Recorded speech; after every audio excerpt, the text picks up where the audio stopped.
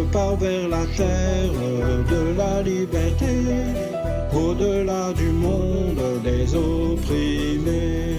Oh toi mon frère, entends-tu? Je parle maintenant convaincu. Dis-moi où est la terre des merveilles. Dis-moi où est le nouveau soleil. Je pars vers la terre de la liberté, au-delà du monde des opprimés. Je vois l'autre terre remplie de lumière. Ma vie est un voyage vers le mystère. Oh toi mon frère, entends-tu? Donc il n'y a pas de mal, ni dans les mondes supérieurs, mais même pas dans les mondes inférieurs.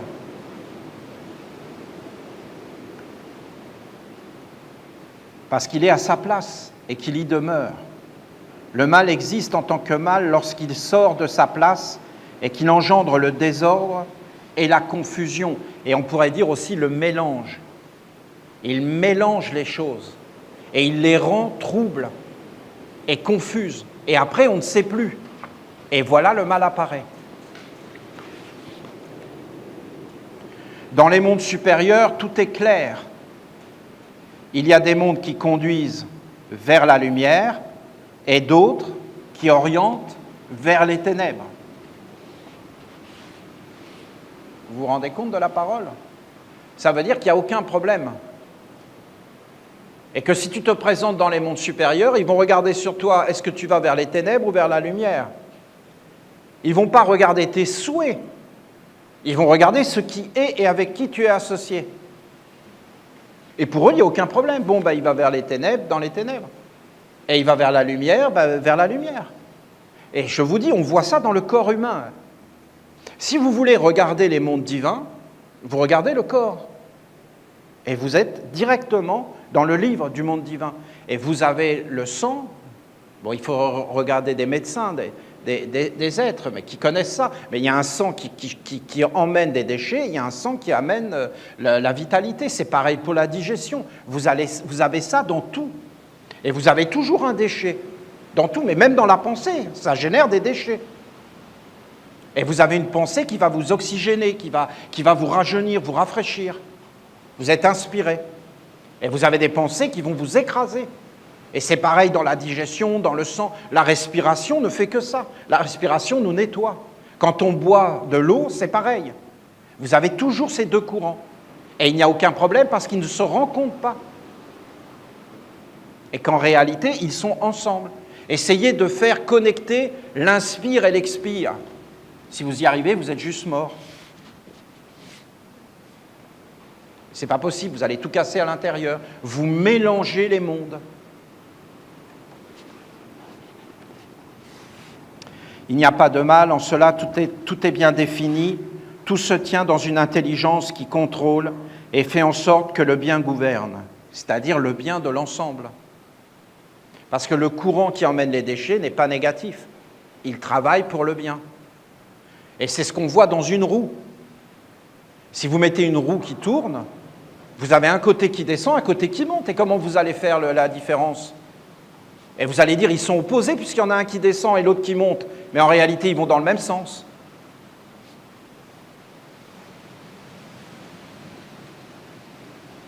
Dans ce monde, il n'y a pas de mélange, de trouble, de confusion.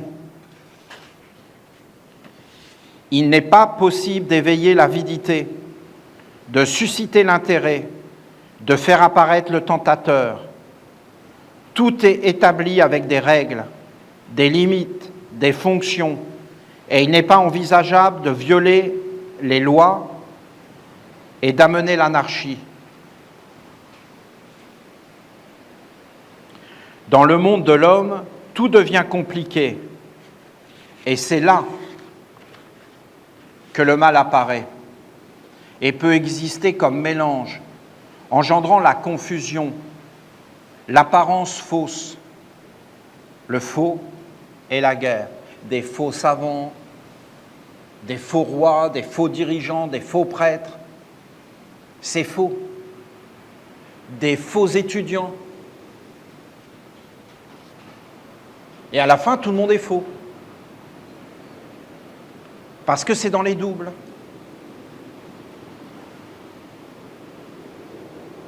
Peut-être que ma vision du mal va vous paraître étonnante, mais pour moi, son origine, c'est l'égoïsme. C'est-à-dire qu'elle veut dire que c'est le double de l'homme qui est créé et l'homme ne vit plus dans le réel, mais il vit dans une fausse image de lui-même et que cette fausse image de lui-même amène le mal. J'avais vu un très très beau film où c'était des paysans qui, en fin de compte, vivaient avec la terre, c'est-à-dire des gens de l'ancien monde, et vous aviez le fils qui, lui, pour la première fois, commençait à aller faire des études. Et quand il est revenu d'avoir fait ses études, ben, il savait tout sur tout. Alors il disait, voilà, c'est comme ça qu'il faut faire, c'est comme... Et il n'avait jamais rien fait, vous comprenez? Et alors les autres, ils se disaient, mais qu'est-ce que tu racontes? Et à un moment donné, il leur dit, bah, Dieu n'existe pas. Mais qu'est-ce que tu dis? Tu es devenu fou. Et après, il leur dit, tu n'es pas libre, bah, tu es un esclave. Et il dit, moi je suis libre, je cultive ma terre, je vis comme je veux, je me lève le matin, je fais pipi dehors. C'est ça la liberté. Je crache, je suis libre. Essaie d'arrêter de respirer. Vous voyez le sale gamin? Et là, il a détruit son père. Son père, il a dit, bah quoi, bah tu vas voir, je vais arrêter de respirer. Puis là, il s'est dit, bah oui, je ne suis pas libre. Mais où est la sagesse dans tout ça? Où est l'amour? C'est devenu des sales gamins.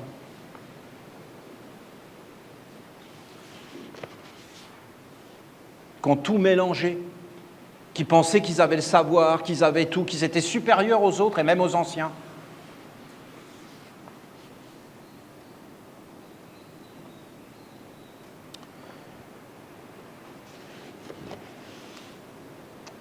Celui qui ne vit que pour l'ombre, qui a été engendré en lui, par identification au corps, qui ne pense qu'à atteindre ses objectifs mortels et qui est même capable d'usurper les autres et de les sacrifier pour atteindre ses buts, qui sont liés à une satisfaction éphémère, celui-là incarne pour moi le mal.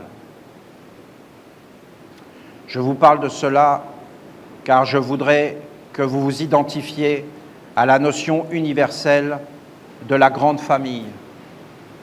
Une famille, c'est de l'amour, c'est du respect. Tu ne peux même pas remettre en question la famille. Si tu peux commencer à remettre en question, hein,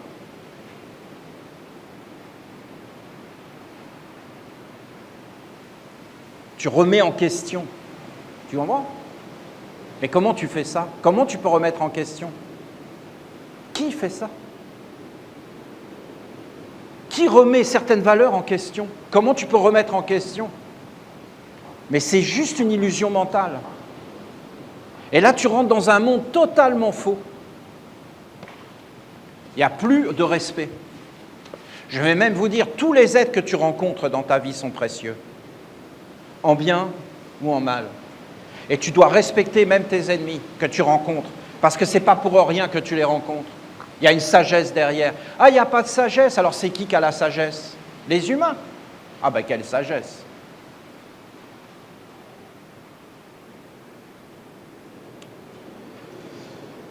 Je vous parle de cela car je voudrais que vous vous identifiez à la notion universelle de la grande famille. L'archange Gabriel vous a enseigné la famille et il vous a associé à cette idée supérieure de la grande famille. Cette idée doit être importante pour vous, les Esséniens. C'est un sceau même qui a été posé. Donc c'est un lien indestructible avec notre mère, avec nos frères et sœurs, avec nos parents, avec ceux qu'on a rencontrés et qu'on s'est associés. Les humains, maintenant, ils se mouchent et ils balancent le mouchoir. C'est juste quand c'est le début, et puis après, quand c'est un peu les épreuves et tout ça, boum. Et puis, il n'y a plus de respect, il n'y a plus de compréhension même des hommes et des femmes. Que les hommes ont des besoins, que les femmes ont d'autres besoins, mais même des choses de base, de se faire plaisir, de prendre soin l'un de l'autre et tout ça, mais même universel. Non, c'est...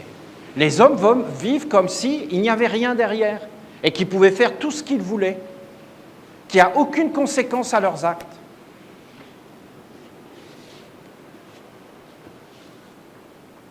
Que personne ne les regarde.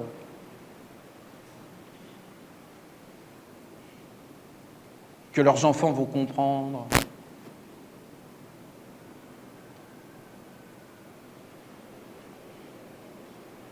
Voilà. Donc Gabriel, elle parle de Gabriel parce que c'est le passage de l'eau. Hein, et qu'elle est en train de nous parler que de l'eau. Et que de ces mondes de l'eau, de ces illusions, d'être capturée par des voleurs. Elle a commencé hier, hein, et en fin de compte, elle n'a parlé que de ça. Et elle est en train de poser des bases. Je vais vous dire, hein, pour moi, c'est un miracle. Un vrai. Qu'on puisse parler de tout ça et qu'il y ait une résonance. On n'aurait pas pu sur une autre terre et sans notre mère. Les archanges, ils nous ont enseigné tout ça d'en haut. Mais là, la mère, elle nous l'enseigne d'en bas. Elle veut qu'on le pose, qu'on soit simple, qu'on se détache de tout ça. On en fait des erreurs, hein, et après on passe toute sa vie et des vies entières à les réparer.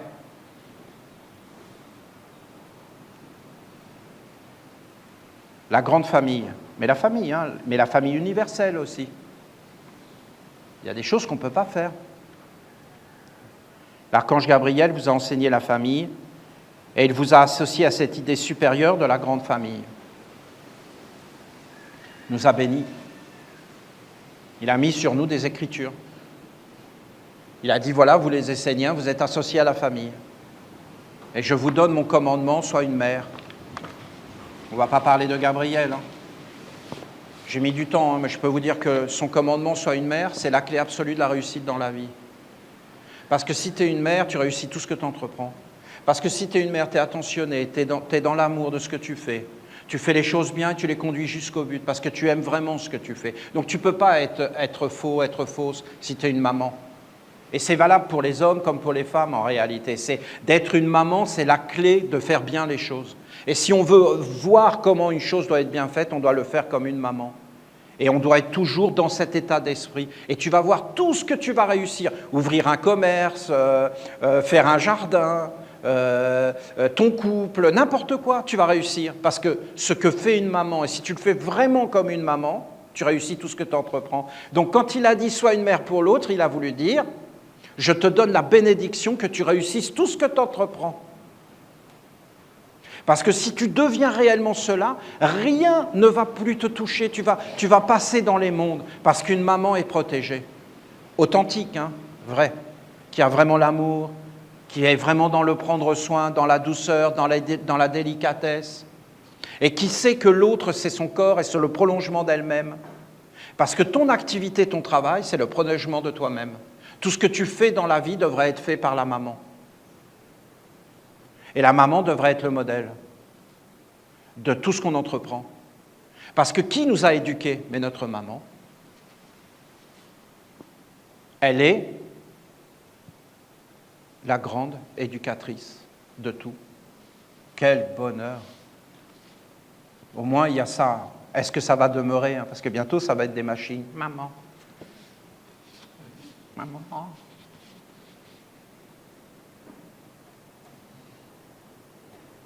Cette idée doit être importante pour vous les Esséniens.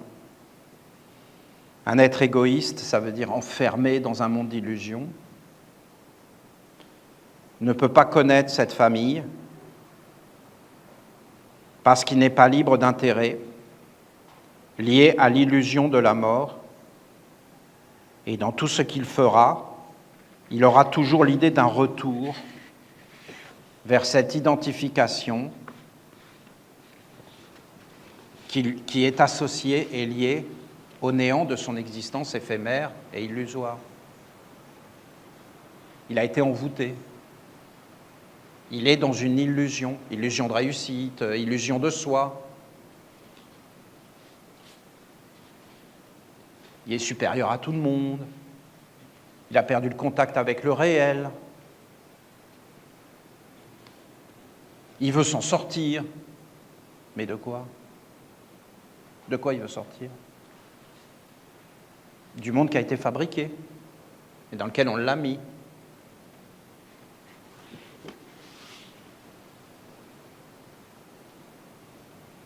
Celui qui se connaît réellement, globalement, qui se sent appartenir à la famille et qui est prêt à agir pour l'universel, pensera et percevra le monde différemment.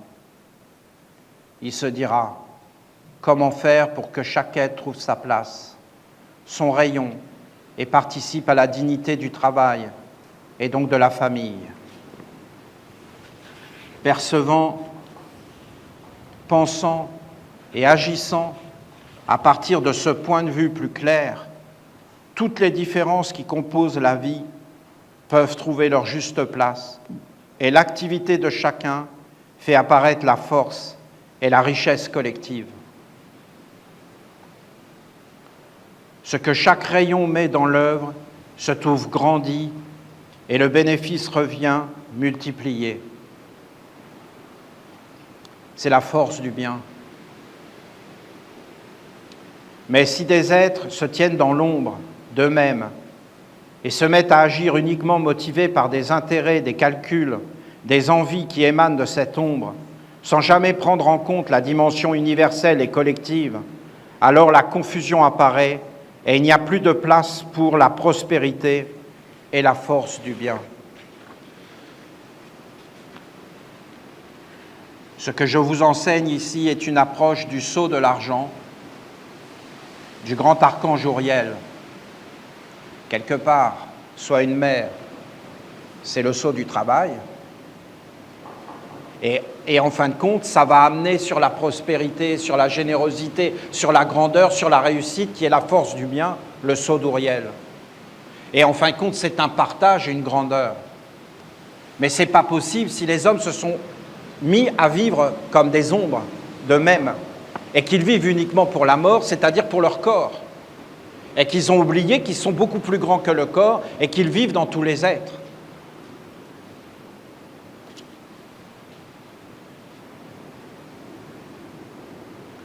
Aujourd'hui, dans le monde de l'homme, la manifestation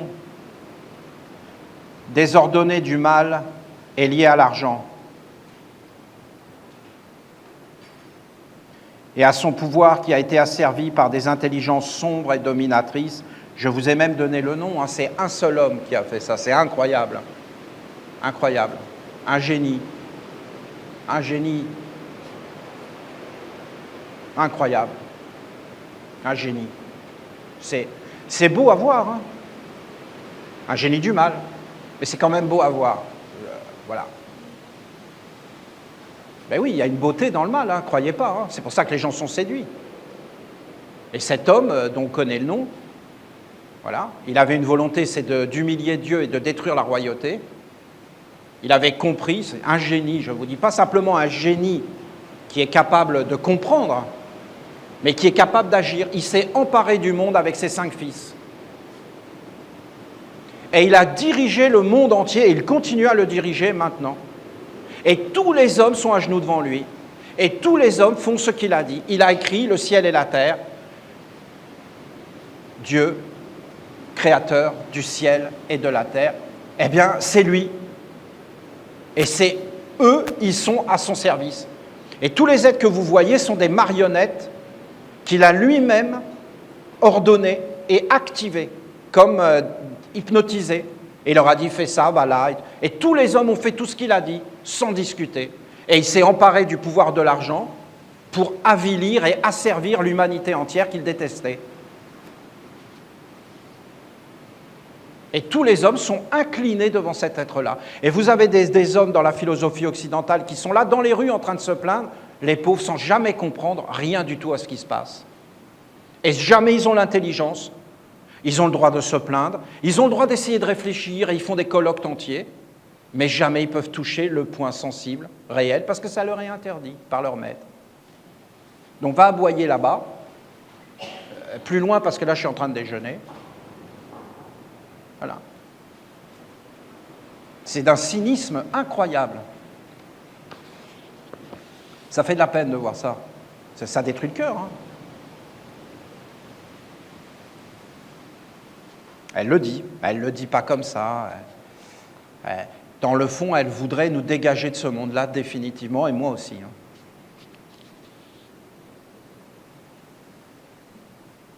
Oui, tu n'as pas envie que tes enfants aillent dans ce monde-là, voyons. Tu veux les préserver. Donc vous vous rendez compte de ce qu'elle est en train de dire.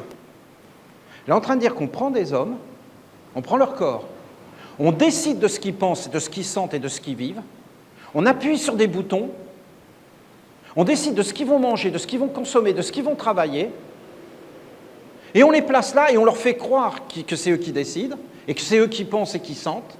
Donc on leur dit, maintenant tu t'habilles jusque-là pour aller te baigner, ils s'habillent jusque-là. Maintenant tu mets un string, ils mettent un string. Ils font tout ce qu'on leur dit. Tu te peins les cheveux en vert, ils se peignent les cheveux en vert. Tu te tatoues le corps, ils se tatouent le corps. Tu te mets des piercings partout, dans le nez, partout. Et ils le font.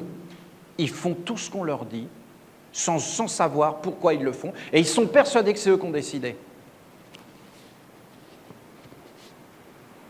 Ils sont entièrement contrôlés, je vous dis. C'est ça qu'elle est en train de nous dire.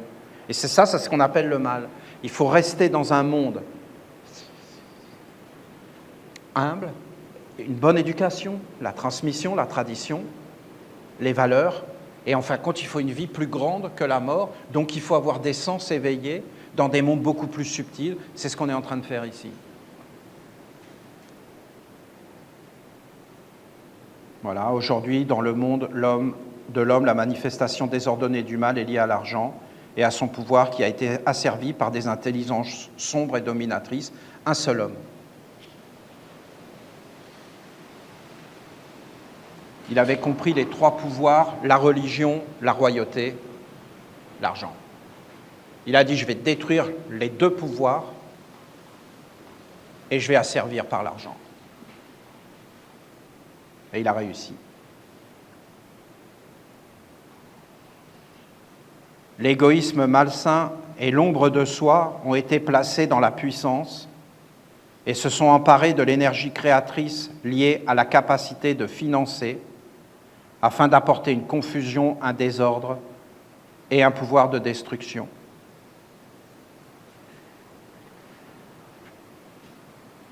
C'est plus que tout ce que vous imaginez. Et aujourd'hui, ceux qui s'enrichissent, c'est uniquement parce qu'ils détruisent, et jamais parce qu'ils construisent. Et vous ne pouvez pas imaginer le gaspillage dans tous les mondes, où sans arrêt on détruit, on détruit, on détruit, on détruit. Et plus on détruit, et plus ça rapporte.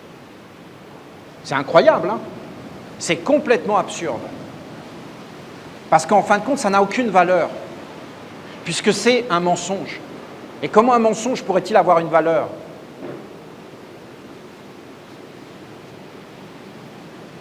Voilà.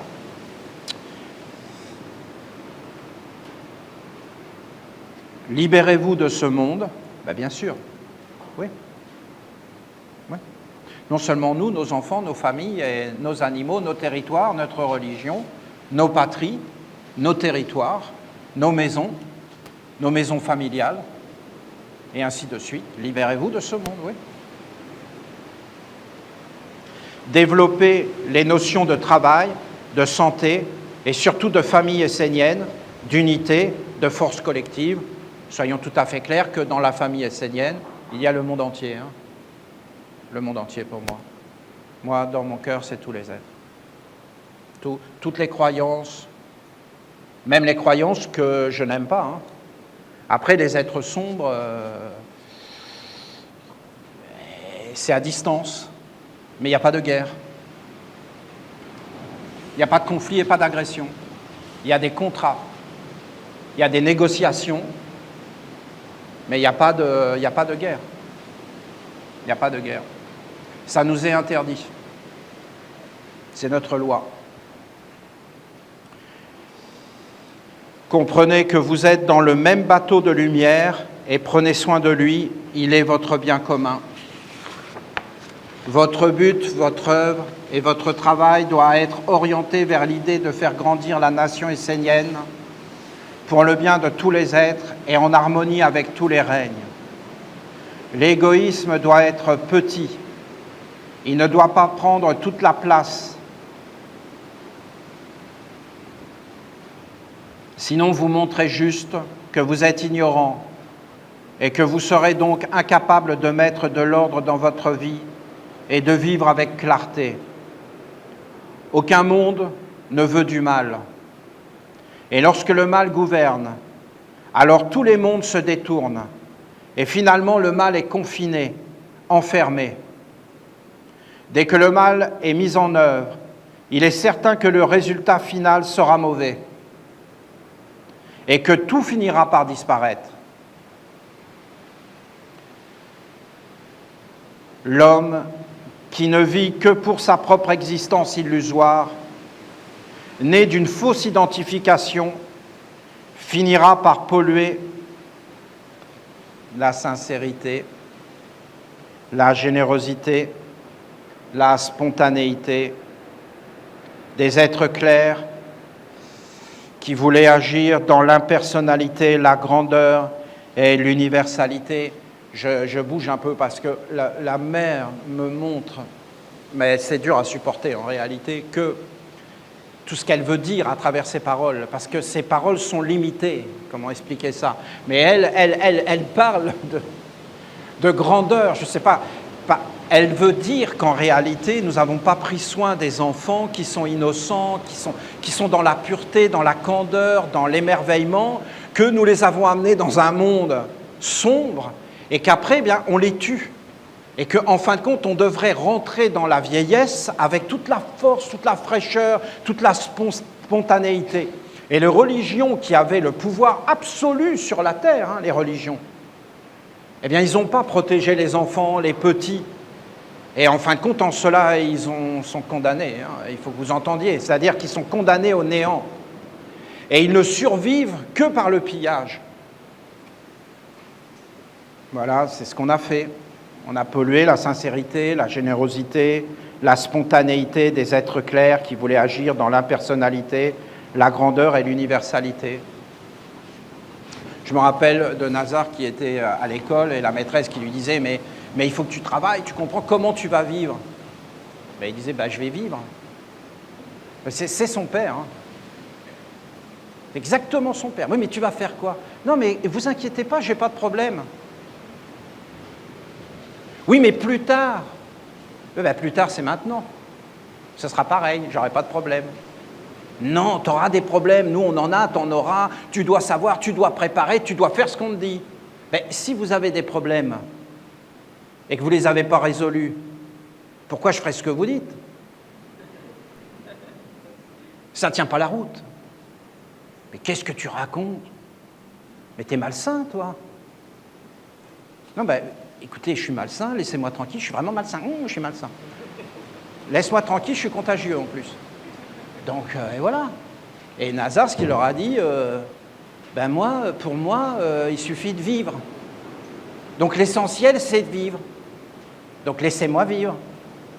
Ouais, mais tu auras des problèmes. Si j'ai des problèmes, je me tuerai et j'irai dans le soleil. Comme mon père.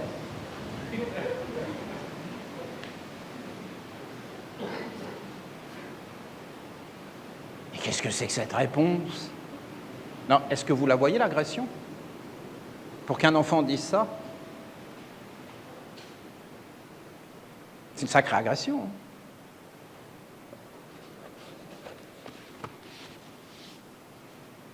Nous, on veut un autre monde.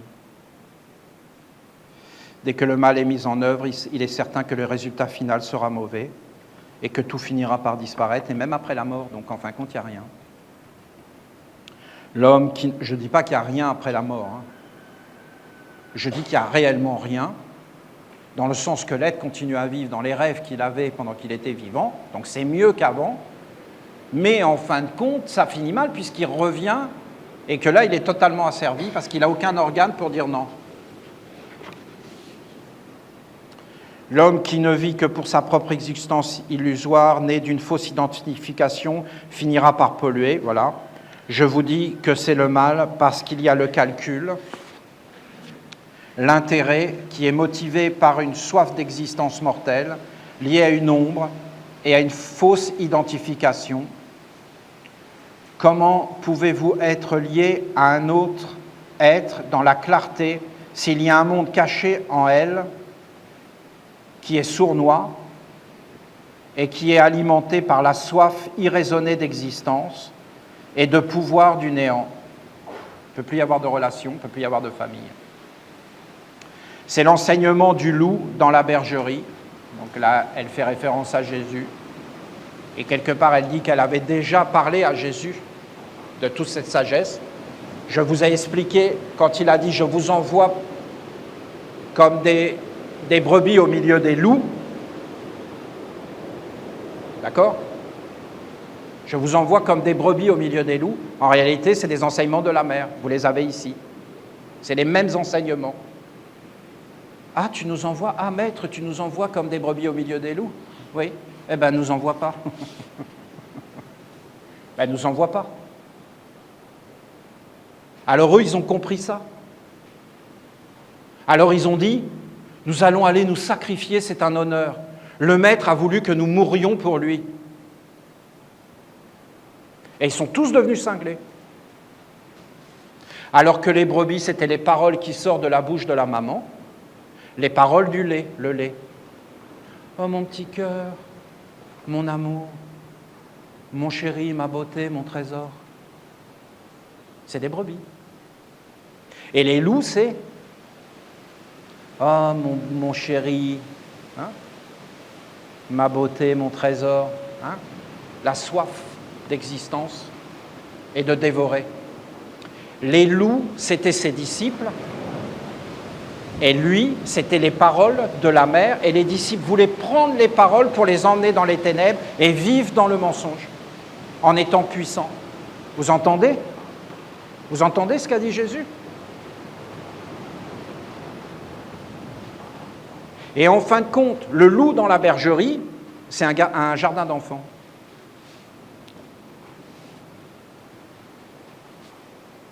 Vous n'aurez pas l'Alsace et la Lorraine. Voilà l'éducation, de faire des militaires pour atteindre des objectifs bien précis et financiers. C'est de l'élevage en batterie. C'est des agneaux qui sont donnés à des loups. Prenez n'importe quel grimoire de la magie noire du Moyen-Âge et ils vont vous dire de sacrifier un enfant pour appeler le diable. C'est comme ça qu'on appelle le diable.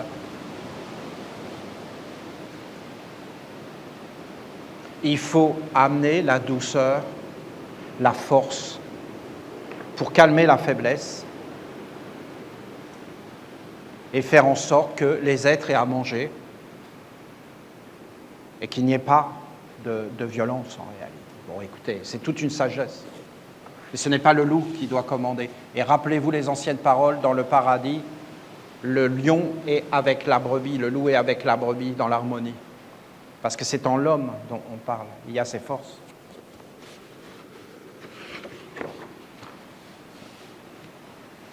Jésus était la mère. Il donnait les paroles de la mère. Mais les hommes ne comprenaient pas. C'est l'enseignement du loup dans la bergerie. Cette sagesse du loup et de l'agneau est profonde et elle doit être méditée. Le loup a soif de sang et de chair. Il veut vivre au détriment des autres. C'est les êtres qui vivent de l'autre côté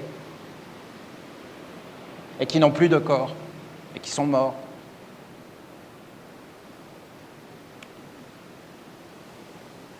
Dans le monde de l'animal, cela a sa place. Mais dans le monde de l'homme, vous devez être dans une connaissance, une vigilance et une maîtrise. Sinon, vous invitez le loup et le mal apparaît. Car rien n'est clair et toujours il y a la présence du sournois qui est caché et qui attend son heure pour se manifester et voler. Lui, il fait semblant, mais en vérité, il est animé par un monde autre qui a ses propres plans et ses intérêts. En même temps que la lumière se développe, lui aussi se renforce dans le caché, dans le but de tout dévorer. C'est comme ça que fonctionne le monde de l'homme.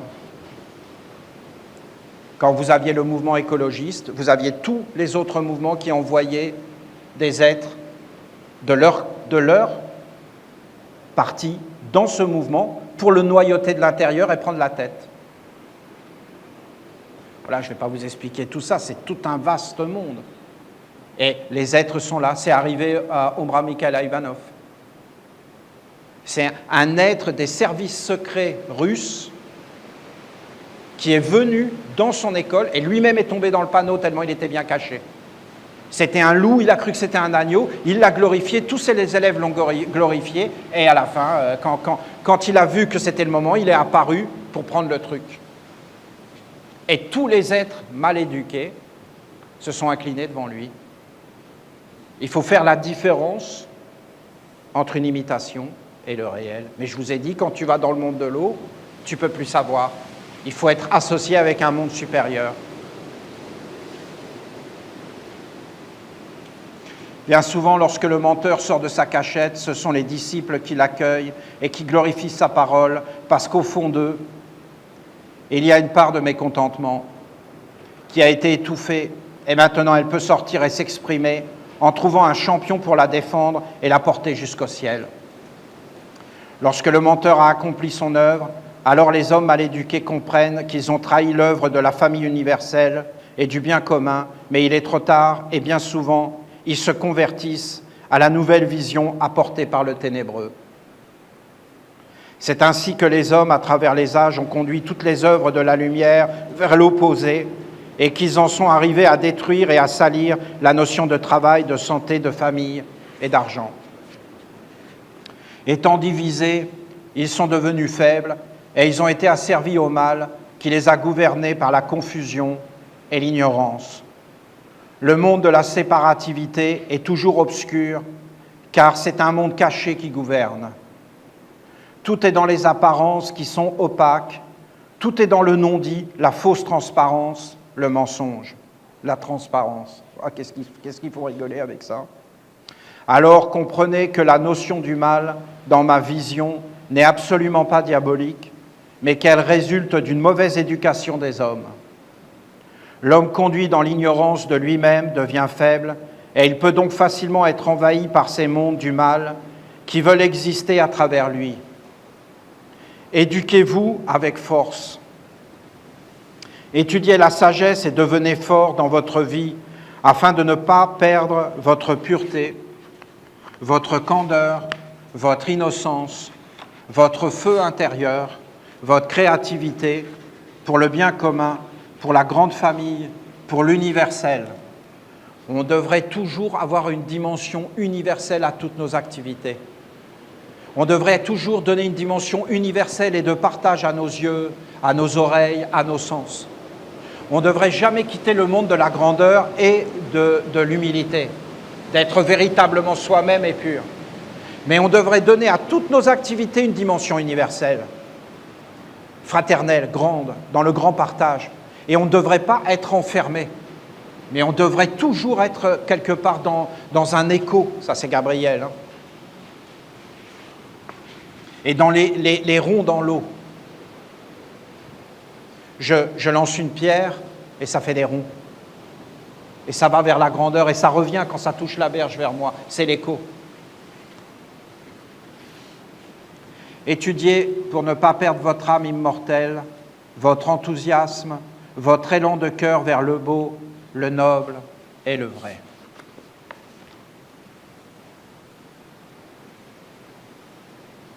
La question du mal est passionnante. Elle est pour les prêtres, hein, et pour la protection.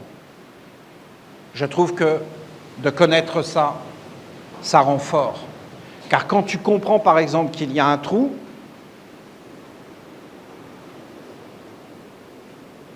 où est le mal? Tu le vois. Le mal, c'est de ne pas voir. C'est d'être ignorant. C'est d'être mal éduqué. Dans un faux savoir. Dans une illusion. Vous êtes du diable, votre père. Menteur, père du mensonge. Illusionniste. Homicide. homicide, tueur du réel. Le mensonge tue la vérité.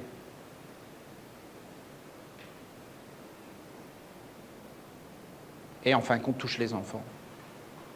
Et enlève l'innocence, la candeur, la beauté, la joie de vivre. Voilà les enseignements de Dieu la Mère. Plus nous avançons, plus je m'aperçois que presque la totalité des enseignements de Jésus venaient de Dieu la Mère. C'est beau. C'est comme une résurrection. Pour moi, je vous parle de moi. Je ne sais pas pour vous. La force. Si les hommes se donnaient la main,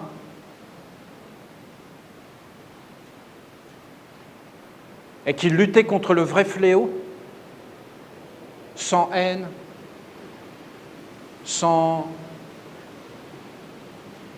vengeance, sans jugement, sans comparaison, juste que ça s'arrête et qu'on passe à autre chose.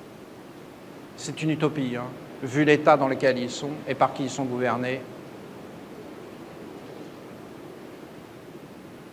Que la paix soit avec nous, que nous soyons emplis de notre maman, que la maman prenne une plus grande place encore à chaque jour qu'elle grandisse, de même que notre village chaque jour grandit, que notre maman grandisse en nous chaque jour, qu'elle prenne une place de plus importante, qu'elle nous parle comme elle le veut, puisque c'est sa volonté, alors que nous entendions sa parole, que nous entrions dans son monde de douceur, de paix, de force, de grandeur.